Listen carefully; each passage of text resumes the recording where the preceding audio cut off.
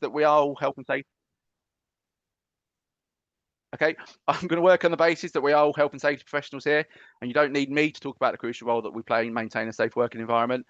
Now, the role of health and safety professionals, just to summarise, if you're not sure, ensure a health and safe work environment. We need support from senior managers, and the impact of senior management buy-in does help with culture, but it also helps with compliance, that little word compliance, but also making sure we have appropriate resources. Whilst we may have the title, I can't underestimate the impact that senior management support has on influence and outcomes, because with the right involvement, we do see improved compliance and enhanced allocation of resources. In effect, we need the support of people championing for what's perceived as our outcomes. And I mentioned that on the previous slide, that sometimes it is perceived as our outcomes. And we need them championing for that when we're not in the room. And this means that we need people to get on our side. Again, I hate to take sides, but we do need people to see it as our objectives are their objectives. And actually, we all have common goals. And we need to be elevating our discussions and expertise beyond risk assessments, policies, accident investigations, and our typical day job. We need to be elevating our discussions and showcasing how we add value back into the business and using our resources to help support other departmental objectives, other departmental goals, and using language sometimes that is more akin to what they're used to using as well, as opposed to health and safety work at management regs. The law says this, hierarchy of controls, etc. But to do this, we need to acknowledge that we need to be better. And I know that I did recently an article where I asked a question about PPE, that if we haven't managed to influence our peers in something that's detailed in hierarchy of controls, how on earth can we expect to change controls on site that could lead to reductions in falls from heights, impact from vehicles and plant, and other life-changing incidents? Because ultimately, it is our influence that's going to be key to getting this right. So let's continue this thread for the need to influence the subject of PPE. The reality is that departments will differ in their challenges and priorities.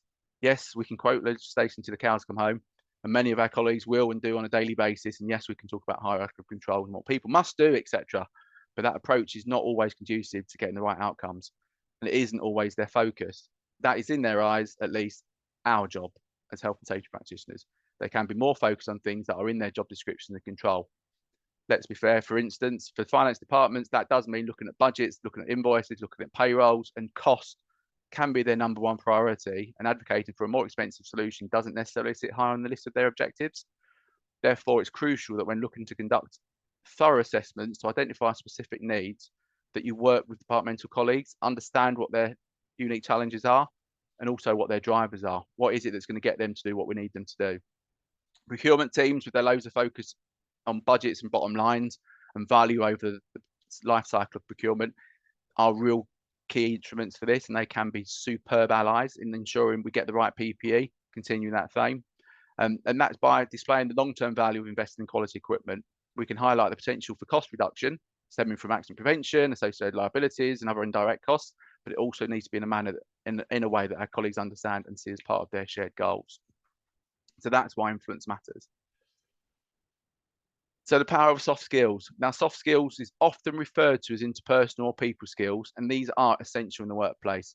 Now, particularly for roles that require influence in others, such as our profession. These skills include communication, emotional intelligence, persuasion, and negotiation.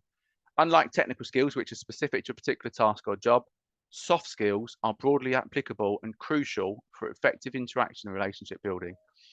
Now, there's a phrase here that I'm going to use that's come up often when we talk about hard skills and soft skills. And that is very much that hard skills will often get you an interview, but you need soft skills to get and keep the job. One thing that I do want to kind of focus on at this point is I know sometimes people challenge the use of the term soft skills and ask why we use soft skills and whether that is indeed seen as a strong skill or soft skill and one that's not necessarily a priority. Well, actually, the term soft skill was first introduced back in the early 70s in the US Army training courses, and they tended to use it to refer to interpersonal skills rather than skills needed to operate machinery and using weapons. Now, in terms of interpersonal skills that enhance communication and relationship building, why are these soft skills that we need? And in the majority of cases, we have them at our disposal. So, for example, effective communication is the foundation of everything we do. It involves not just the exchange of information, but also the ability to convey ideas clearly, listen actively, and respond appropriately. We must be adept at communicating complex regulations and safety procedures in a way that is understandable and actionable for all employees. Now, this way of communicating, I do emphasise, is key, especially with the growth of awareness of neurodiversity within the industry that we work in. So I work in construction with a number of construction colleagues and contractors throughout the industry. And when I was in a previous role, we undertook some research that highlighted that 1 in 4 people in construction identifies neurodiverse. What that means is that we need to be able to understand how best to communicate effectively with people that have different learning styles, different language styles, but also different ways of obtaining, receiving and retaining information beyond simply, I've told you to do this, therefore you need to do this. Sometimes we need to adapt our approach, and whether that's using visual means, whether that's using different types of language, simpler language, and not using high technical terms, we have to consider the audience, because it is very much on us to make sure the audience receive the message, not on the audience understanding what our message is. The next skill that I'd like to cover off at this moment in time, and I will cover off later on in the session, is around persuasion.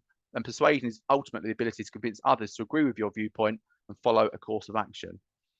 Emotional intelligence we'll cover in more detail later, and that refers to the ability to recognize, understand, and manage our own emotions, as well as the emotions of others.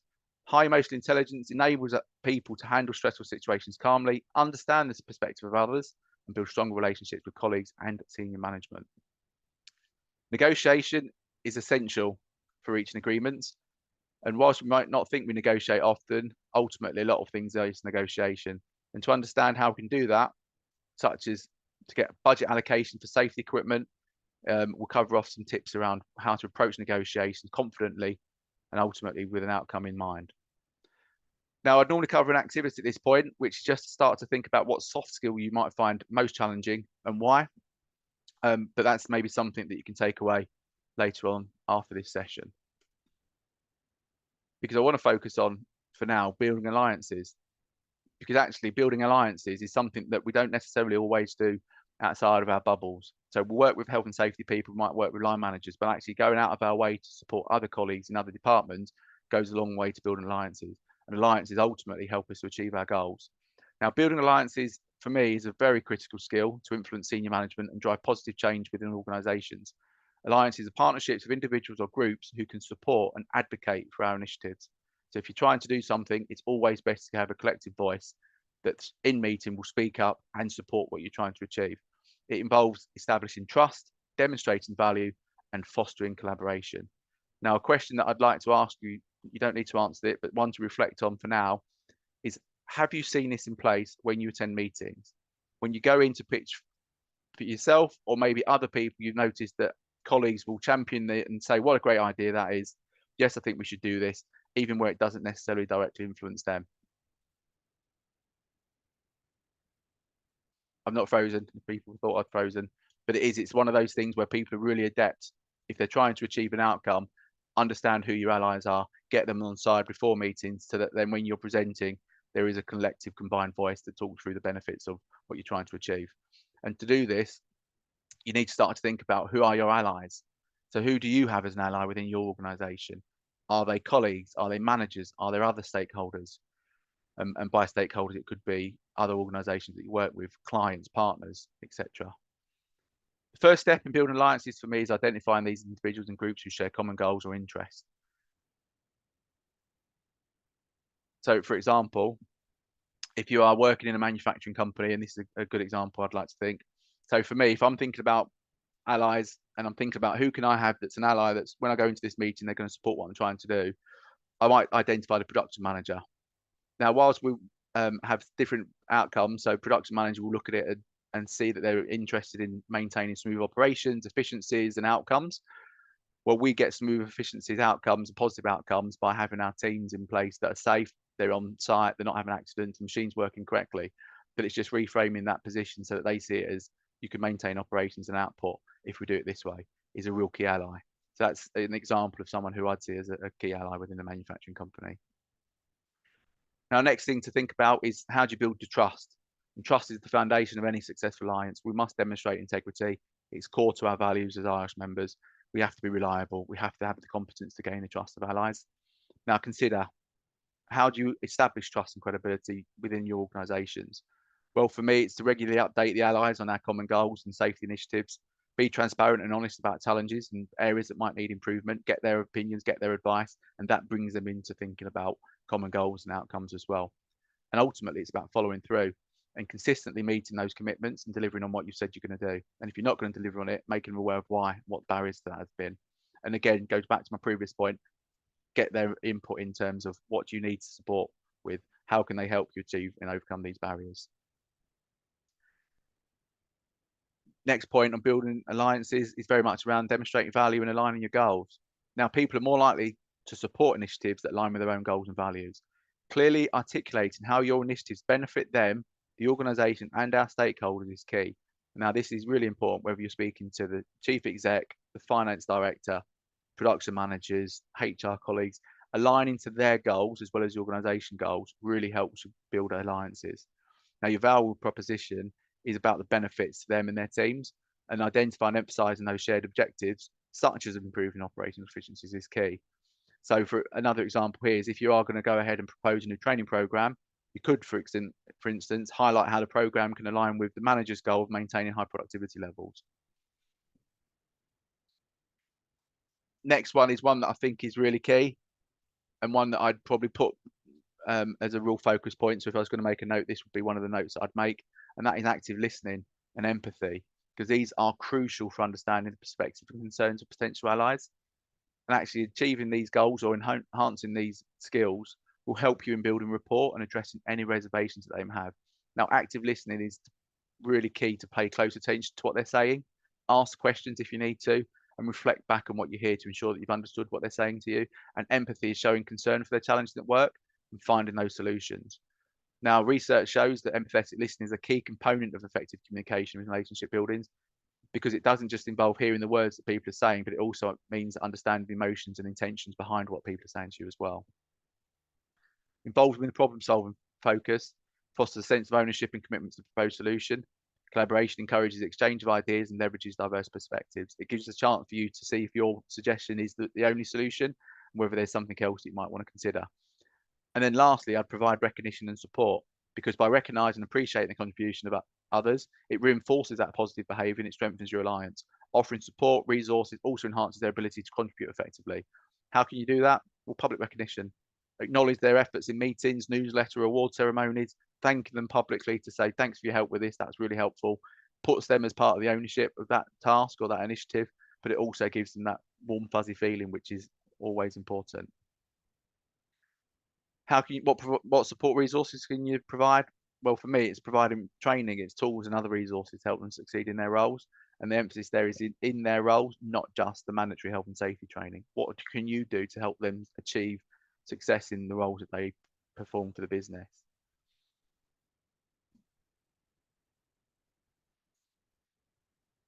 Using appropriate language. So what do I mean by using appropriate language? I feel like it's turned into a bit of a lecture, and somebody, you may be thinking, I didn't know I signed up for this. So sorry, I will try and have a little bit of intuition, and it's really difficult because I'm just looking at a screen. But language plays a crucial role in shaping how messages are perceived. I mentioned earlier on about the research into neurodiversity. It's also key to understand the reading age within the UK depends on the research. Look at anywhere between 8 and 12. So making sure that our messages are received and perceived by the audience correctly for us is really key. Effective communication managers can make the difference between securing buy-in for initiatives and facing resistance. The choice of words that we use, the tone that we use, and the framing of messages massively impacts the receptivity of our proposals. So, for example, I'm going to give you a few points here in terms of key aspects that I'd suggest that you consider for effective use of language. The first one is keep it simple and be really clear on what it is that you're trying to do, because that really helps making sure the message is easily understood. Avoid jargon and technical terms that might confuse non-specialist audiences. Yes, we might know verbatim the health and safety work attack. Yes, we might know the management regs, but talking highly technical terms to people who really focus on P&Ls, profit and loss accounts, balance sheets, forecasts, PAYE isn't really the key. If you've ever had a conversation with somebody, you notice that the eyes glaze over, we're probably talking too technical to them and they're not really invested in what we're trying to say. So you really want to be able to adapt your language to be really clear on what it is you're asking in a way that they're going to understand what it is that you're talking about. Framing messages is really important. So framing them in a positive manner to highlight benefits rather than focus on negative aspects is key. And I'm going to give a few examples in a moment. And emphasizing the opportunities for improvement rather than pointing out failures here will be one of my biggest suggestions on this session as well. alignment with organisational goals, not just no accidents on site, no incidents, a reduction in the number of RIDDORs. How do we help and contribute to the wider organisation goals around profitability, success, productivity, and things like that? And tailoring our messages so that they align with those broader goals and priorities of the organisation is really important, and show how you do support overall objectives will really help. And lastly, you can never get away from emotional appeal, and using language that resonates emotionally is really important. Stories work really well. That's why marketers are so adept at getting us to change our behaviors and getting us to influence our buying patterns, is using stories and real life examples that can be powerful tools for making emotional connections with people. You want them really to hit them in the way that's going to make them remember the messaging, why it's important. So again, you're not having to constantly remind people of why it is that you're trying to do. So here's an example of reframing for a message for a new safety training program that I'd suggest might be considered. So for instance, in the past, when I've gone into trying to pitch a new safety training program for line managers, I'd go in and I may have said something along the lines of, we need to implement a new safety program because our current one is outdated and it isn't effective. Well, what this means is the message focuses clearly on the negative aspects of the program and lacks a clear connection to business goals. What do you mean it's not effective? What do you mean it's outdated? How does this benefit us overall? So I may reframe this by, if we implement this program, we can significantly improve productivity. This means our team operates at peak efficiencies. And what this tells us is the highlights a positive outcome, which is the productivity, but it also aligns with the business efficiency goals because most businesses want to be more efficient. So we're getting what we want, but we're doing it in a way that people are going to see the benefits for them and their departments as well. Now, effective language use is vital to influence. By using clear, positive, goal-aligned and emotionally resonant language, we do enhance the perception and receptivity of our messages. Reframing messages to focus on benefits, align with objectives, and human impacts can significantly increase the likelihood of gaining support. Now, this is one of those interactive exercises, and I'm going to ask you to think about a technical health and safety message that you might be able to adapt for a senior management audience. So if you're currently in a process where you're asking for more resources or you're potentially going for a new training program, would you like to drop in how you could potentially reframe that into the chat? And then we'll have a look at some of the options or some of the suggestions that people come up with. And it gives me a chance to rest my voice for a second.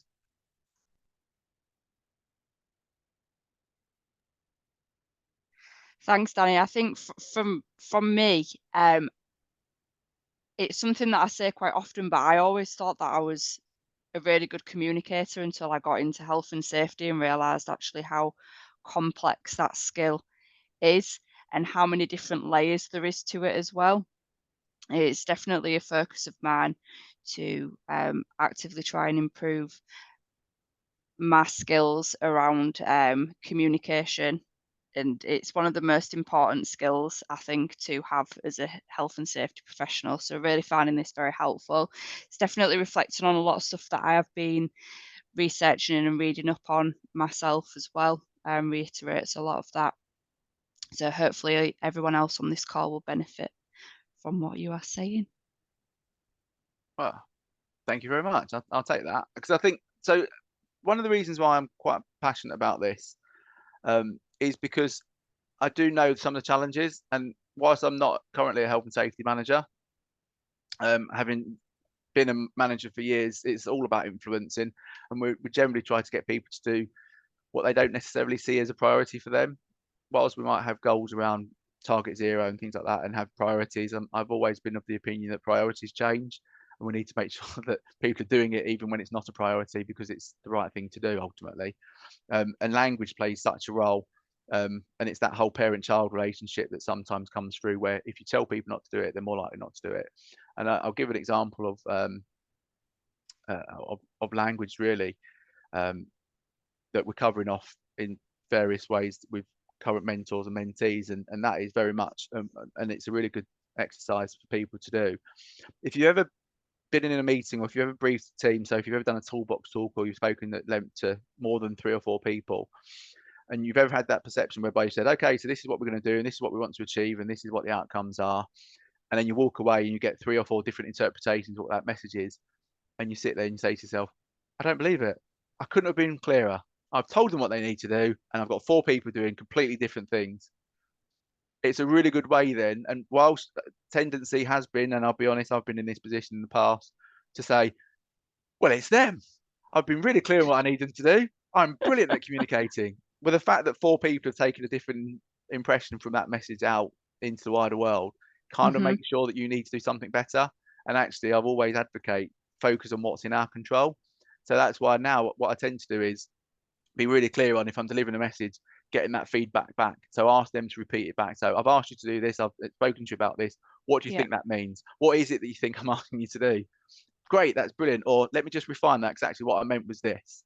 Yeah. So clean, what it is what you've seen, what you've heard, what the impact is, and then what the outcomes are going to be. So we need to do this. The impact of this will be this, and the outcome then gives us this as an outcome. We have to acknowledge that we aren't brilliant at communicating always. And if people are not necessarily getting the message, it's not always them. It might be that we're using technical terms, technical languages, or I suffer from this sometimes. I talk too fast, and that sometimes overwhelms people as well. So being able to adapt our approach and use all of our tools in our suite of resources is kind of key to getting the best outcome. Yeah, definitely, especially getting that engagement from people, because it makes them feel more involved as well, getting them to have an input in it. And there is no right and wrong way of communicating to people, and it can be quite fun when you are trying the different types. You know, sometimes you come away, like you say, and you think, wow, that really just did not work at all. And then you'll get the light bulb moment, and it's like, hey, I got through. 100%. 100%. It's always, I always, again, so I'm a scout in my spare time, and it's one of those when you ask somebody not to do it, and next minute they go and do the complete opposite of what you've asked them to do, and it happens in a lot of places. You go, I couldn't have been clearer. Why have you gone and done that? And sometimes it is they're just not attuned to what they're asked to do, and they go into autopilot or anything like that. And it's just trying to reinforce that message, this is why it's important. This is why I've asked you to do this. Are you clear on what I've asked you to do? And also why I've asked you to do it? Because that's the other side of it. Is sometimes if we do fall into I've told them to do something, just crack on and do it, we don't always understand why and why that's important for us in our roles. And sometimes taking that step back to then see, how could we address the issue? What language could I use? Could I use simpler plain English sometimes? Because let's be fair, we like an abbreviation, we like a technical term within our profession. Remove them, make it resonate for them, and make it really important that they understand what it is that we're trying to do. I'm going to move on briefly because I'm guessing the slides will go out after, Melissa. So I do have an exercise, but for time, I'm going to skip over it. But people can do this exercise in their own time if they wish. Okay, yeah, no worries. I think we might actually have a bit more time for your presentation as well, Danny. So if you feel it's great time to do it, then yeah, I'm going to do it. I've got a couple of exercises further on that I'd prefer to kind of cover off, if that's okay. Yeah, cool. Brill. Right. So this was about reframing messages, because what I've tried to do is pull out some of the messages that people are trying to look at and how we could potentially reframe that. So rather than focus on, we want 0 accidents, we want to do this because of this, we want to kind of look at what is the business benefit to it and how does that help us achieve our goal.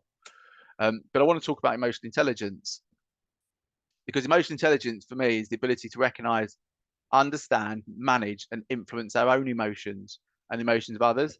Now, I do emphasize our own emotions because I think sometimes people identify emotional intelligence as the ability to read people or understand and absorb the emotion of others. And actually, for me, it's both. AI is crucial because it enhances interpersonal interactions, it aids in conflict resolution, it fosters the culture of safety, and it helps us with collaboration in the workplace. Some people are more adept at emotional intelligence. People within the neurodiverse community, for example, are really adept at emotional intelligence. Yeah, I'm not sure where I'm going for that one, but you do have different degrees of emotional intelligence that you can kind of cover off. But for me, there's broadly 5 areas that would cover with this. So the first one is self-awareness. So what do I mean by self-awareness? Well, it's the ability to accurately perceive our own emotions, but also to be aware of them as they happen. So actually being aware of how are we reacting, why are we reacting like this? And ultimately that leads into self-regulation.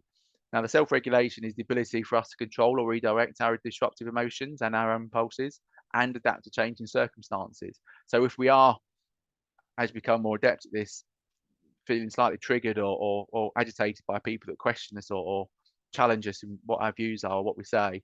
It's being able to understand and actually take a step back to rather than get defensive, to try and understand why it is that they're asking those questions, and also the underlying message that is it something that we could have done better?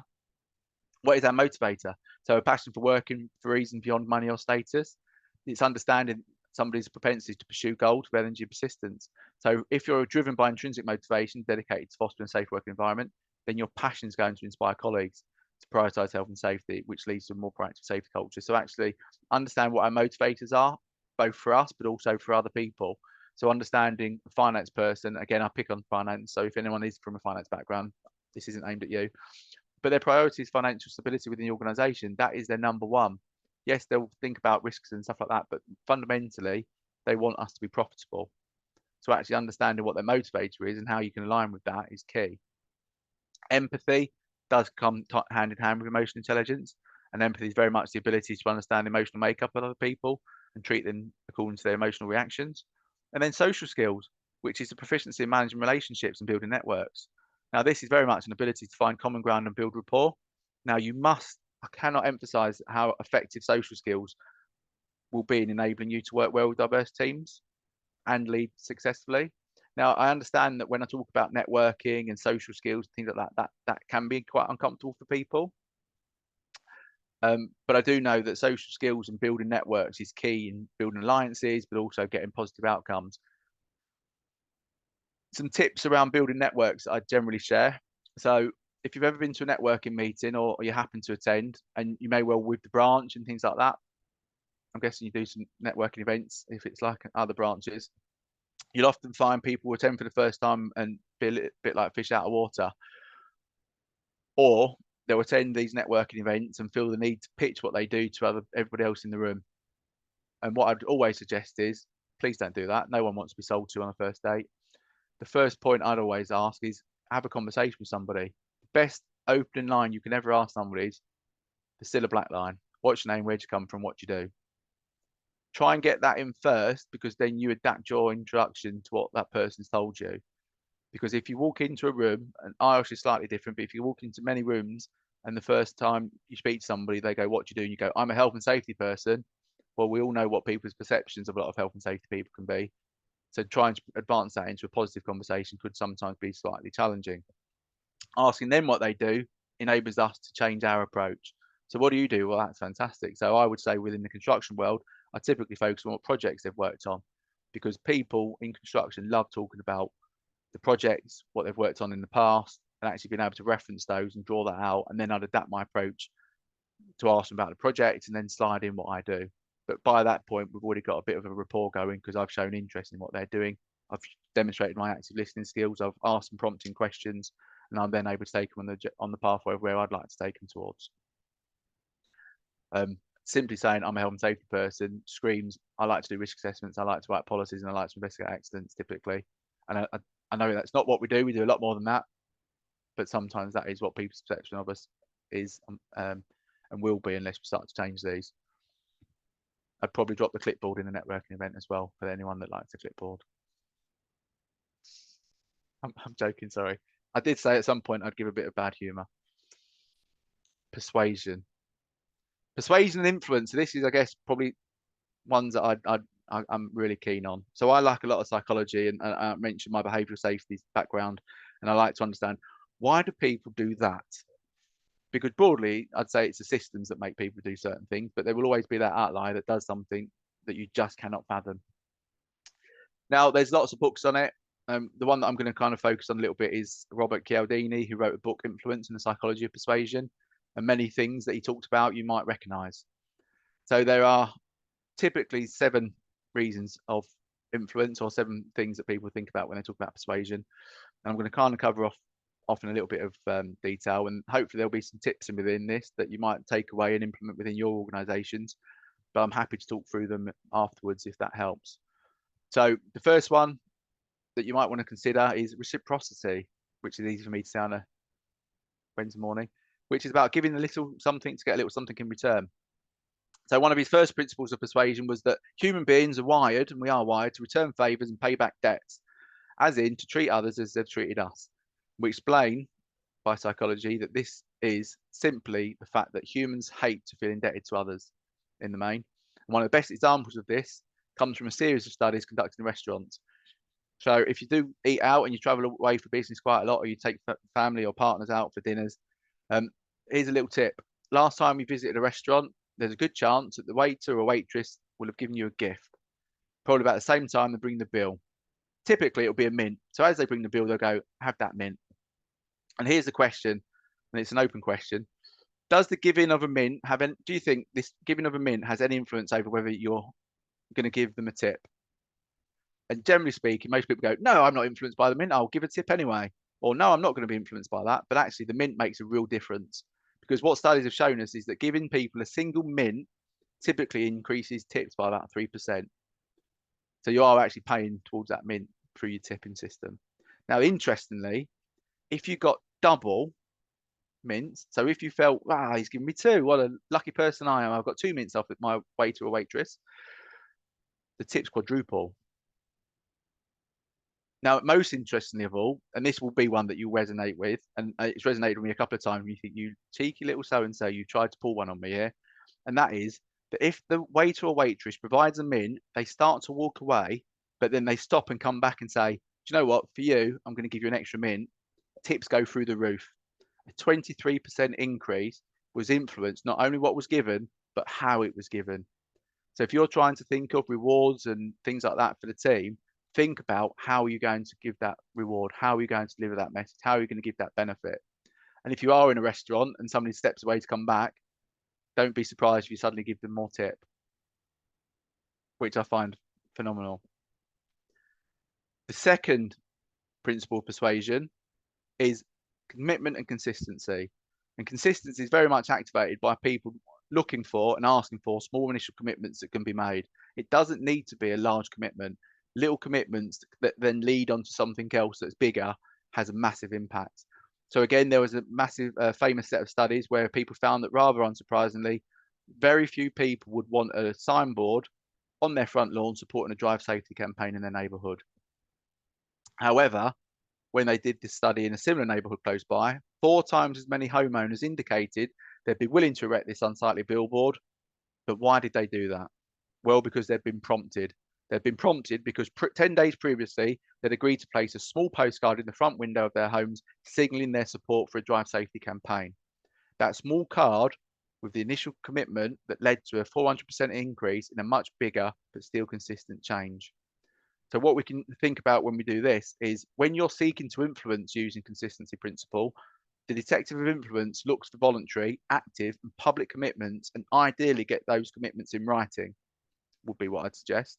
So people that work in the healthcare arena is another example that's really what helped work, and one that we've adopted in past occupational health companies that I've worked for.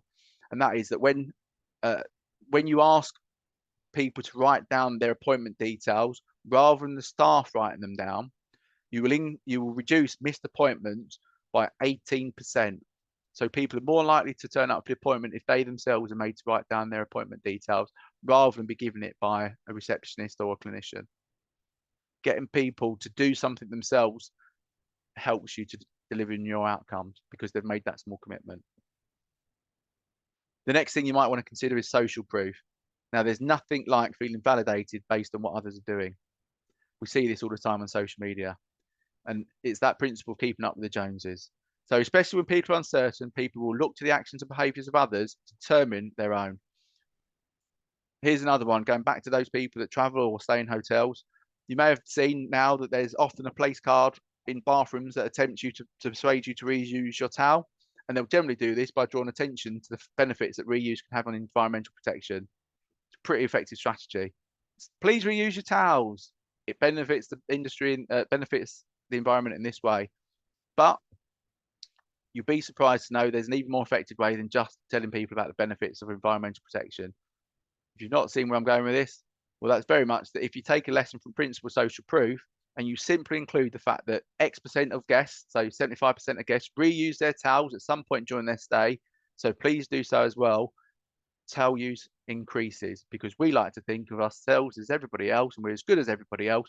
So if they're doing it, I'll do it as well.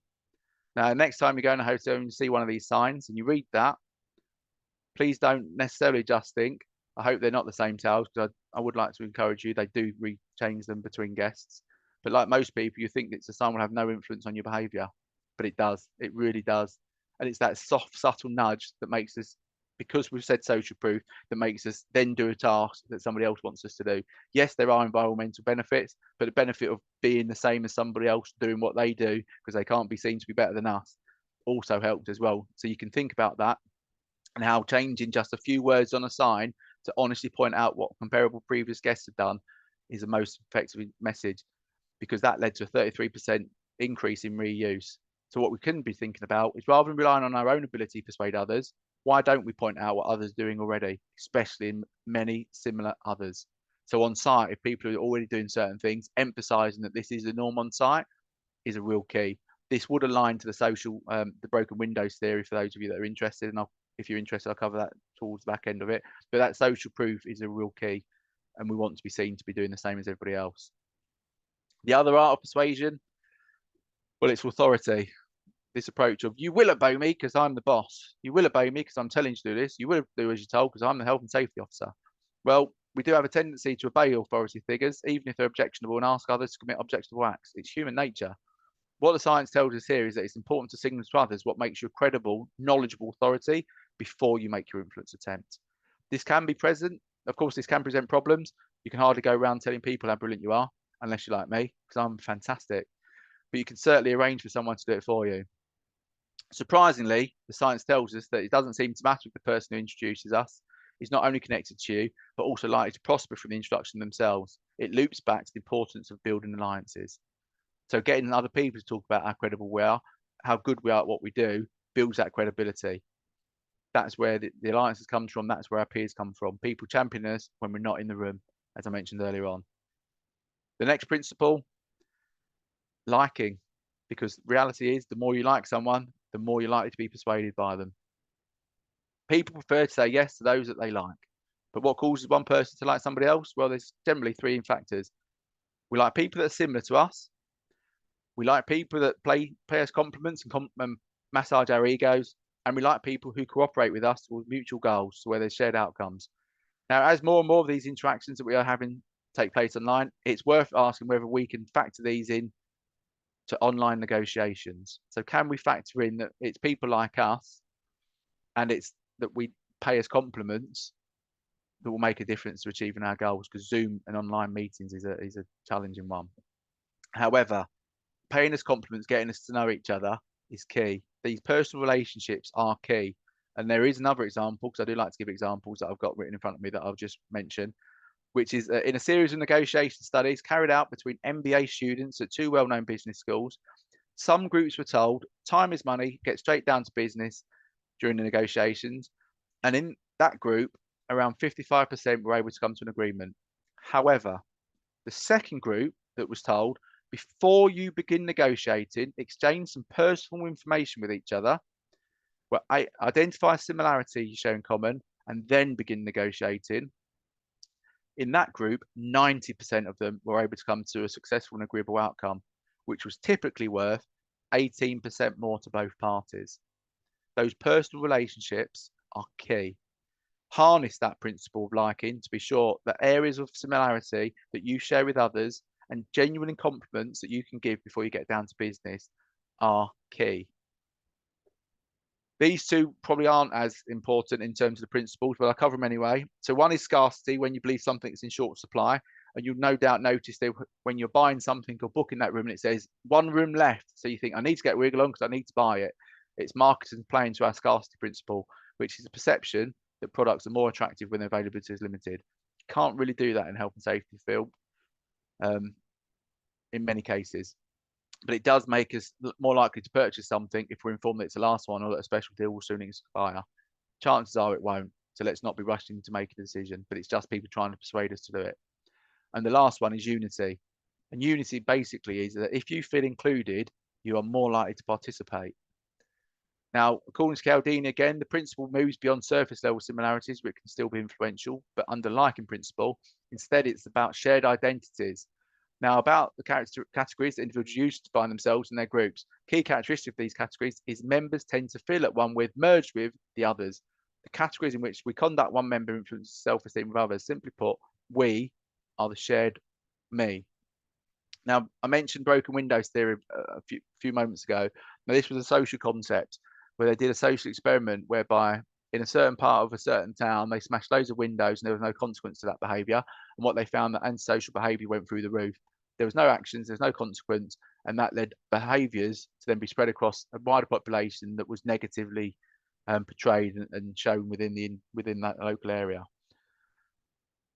They then run the same experiment where when somebody broke a window, they then pulled them to task, took action against them and fixed a broken window. And lo and behold, antisocial behaviour didn't increase, it stopped because there was consequence to those behaviours. That unity principle is the principle of this is what we do here, this is how we act, and getting everyone to work together as a united front. Peer influence and peer support is a key part of this. So this is what we do within this organisation. This is what we do within this team. This is what we do as a collective, because people want to feel part of a unity. People want to be part of a shared identity that influences others. And it then helps when you're bringing on new people to then see this is what happens here, which from a safety culture perspective is quite key. The art of negotiation. Negotiation skills are crucial to advocate for necessary resources, whether that's implementing programs, resolving conflict, or anything else. But successful negotiation involves a few clear steps.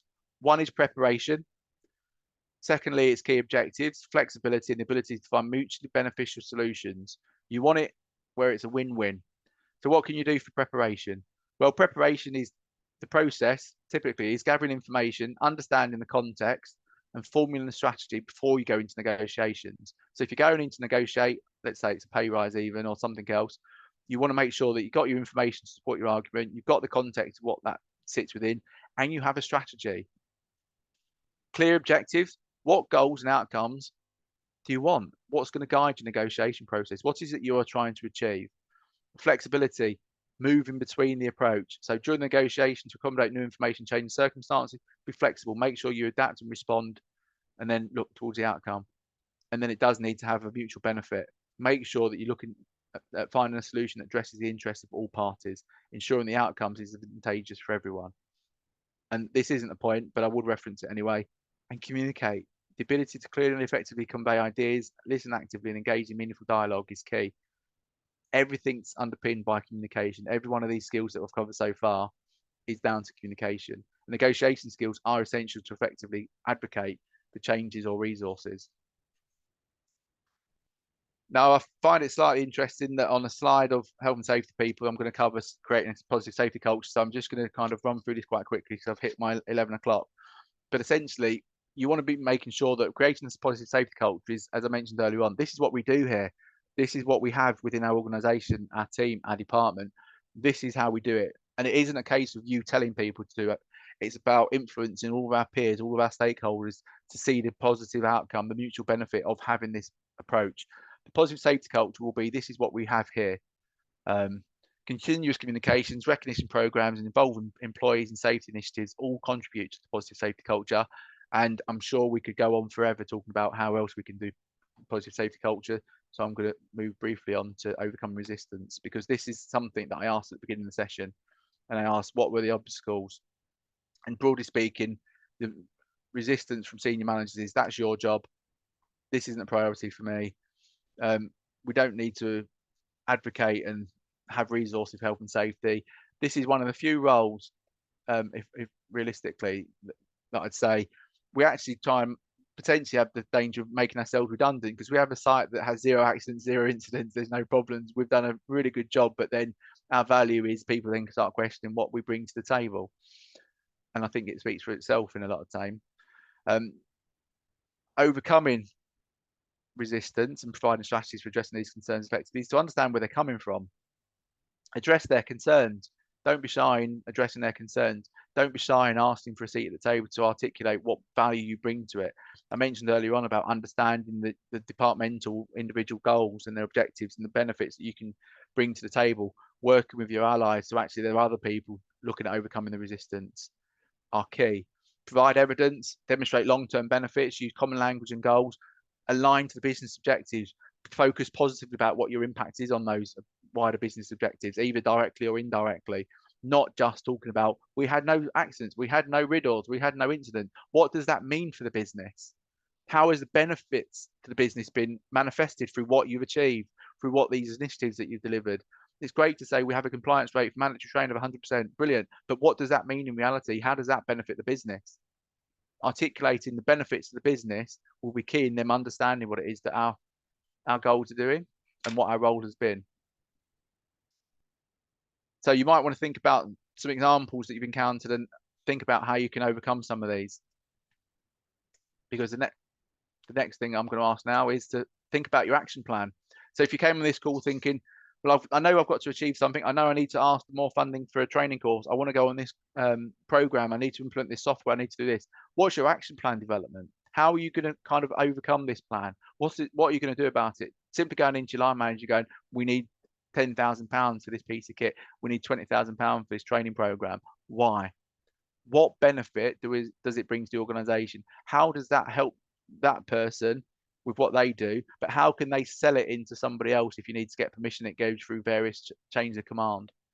What is the benefit? How could it potentially help your line manager to be seen in the positive light by his colleagues when they're in these exec meetings or senior management meetings? Help them to look good in front of the meetings or in front of their colleagues, get their buying. They will then become your ally. They will then become your champion. Have a plan. Think about specific goals, achievable goals. Who can you get on board? When can you get them on board? When are you going to present them? How does it tie into what they're trying to do? Are all key parts of what your plan should look like. And that's it. That's it, pretty much. I'm going to open the floor to questions in just a second. Please do feel free to come back and ask many questions. Hopefully the key points have been covered with this presentation. And I've given you kind of what you wanted me to cover. It was quite a whistle-stop tour. I'd normally ask you to share one key takeaway and what you're going to do with it. So think about one takeaway from the presentation. Think about one action that you're now going back to implement. It could just be a case of identifying your allies. Thank you for your time. You will see I'm quite a big advocate of sharing my QR code for my LinkedIn. So that's my QR code. I am active on LinkedIn. Please do connect with me. And that's it. Please let me know if you've got any questions. Thank you so much, Danny. Before you go, if we do have time, there was a couple of questions Yeah, of course. that was popped in the chat. So one was, have you ever come across staff who are hard to influence despite using the soft skills? Yes, I have. And what I'd normally do with those individuals is it's normally a learned behavior that I try to understand why they act like that and try different tactics to get them to understand it. So I remember, one, for example, I remember we had a bit of a challenge with gloves. So a chemical company, latex PPE gloves. And we tried for ages to change different gloves. We changed the colors. We tried lots of different things to go, we just need to wear them. It's hierarchical controls. There's a risk to your skin. And it wasn't until we actually sat down, we got some food dye. And we said, okay, this is why we want you to do it. Show me how you take gloves off. And stuff like that. And what people noticed, because they did have a degree of dermatitis, but they noticed that when they put the fingers down to pull the gloves off, the dye was coming on. You go, so see that dye, if that wasn't food dye, that was the chemicals that you're handling. This is why you're getting irritation.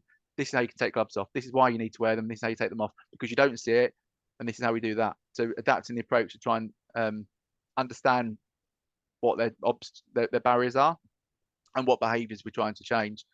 I feel like I've rattled on that, but that was one of the examples. But people just go, no, I don't want to do it. So trying to understand why they want to do it. I think the tendency has been in the past, just say, well, the law says you have to wear gloves. I will kick you off site and you'll lose your job if you don't wear these PPE.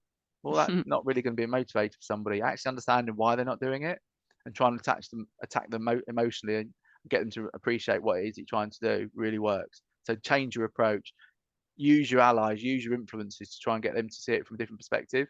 Because sometimes it could be a personality clash, and getting somebody else to have a word in their ear works quite well. Yeah. Definitely. Thank you. That was from Jessica. So thank you, Jessica. And then we've got Chris has actually asked if you know any good books on this topic. On soft skills? Yes. Yeah. I can drop some links in. If you want me to send over a list of books, so there's quite a few. I'll send them to you, Melissa, and you can distribute them if that helps. Yeah, that'd be great. Thank you. Yeah. Yeah, Fabulous. cool. No worries. Thanks. And then we had one last question before we hand over to Dr. Cash is, how long does it tend to take to influence staff? And if you could share your Oh, blimey. experience, if you've got anything that, I know it can be sometimes immediately, sometimes it takes time, probably depends on what it is and the subject and what you're trying to influence and the people you're trying to influence. Yeah, I think you've summarised it quite succinctly. I think it's one of those, how long's a piece of string, Yeah. really. What I would say is the key for me when I've done things like this, so I've generally gone in and helped companies put systems in place, and whether that's an ISO system or another accreditation or anything like that, and using that as an example, getting to understand the common goals and who your allies are really key. Because I think sometimes there is this degree of you need to do it because I've told you to do it, or the company wants you to do this. But actually, what are the barriers for them doing what you want them to do? Trying to address those barriers, trying to address those behaviours, and actually getting into the head to see that you want them to do it. You want to support them. You're not trying to tell them, for example, you don't try to tell them how to do their job. You want to be able to understand how they do their job, document it in an ISO system so that we then have that consistency because they are the expert. Giving that ego boost, giving that compliment generally goes some way to helping people and actually trying to understand their needs. So I'll go back to that piece around department goals and objectives, understanding what they need from you helps them to then understand what you're trying to achieve. Because if you're seen to be supporting them, reciprocity means that they are then more inclined to try and help you achieve what you want to do. And that could be, I've known it in weeks, I've known it in months. It completely depends on what it is that you're trying to implement or change. But you can Yeah, influence somebody just through one conversation, is what I'd say. absolutely. Thank you. Oh, thank you so much. I All right. definitely enjoyed your presentation. Well, thanks so And much. by the sounds of the chat, it also looks like everybody else did. So great stuff. Thank you so much. Thank you very much. Thanks for asking me. I will stay on if that's okay. Yes, please. No worries. Thank you. I'll stop Thank sharing. you.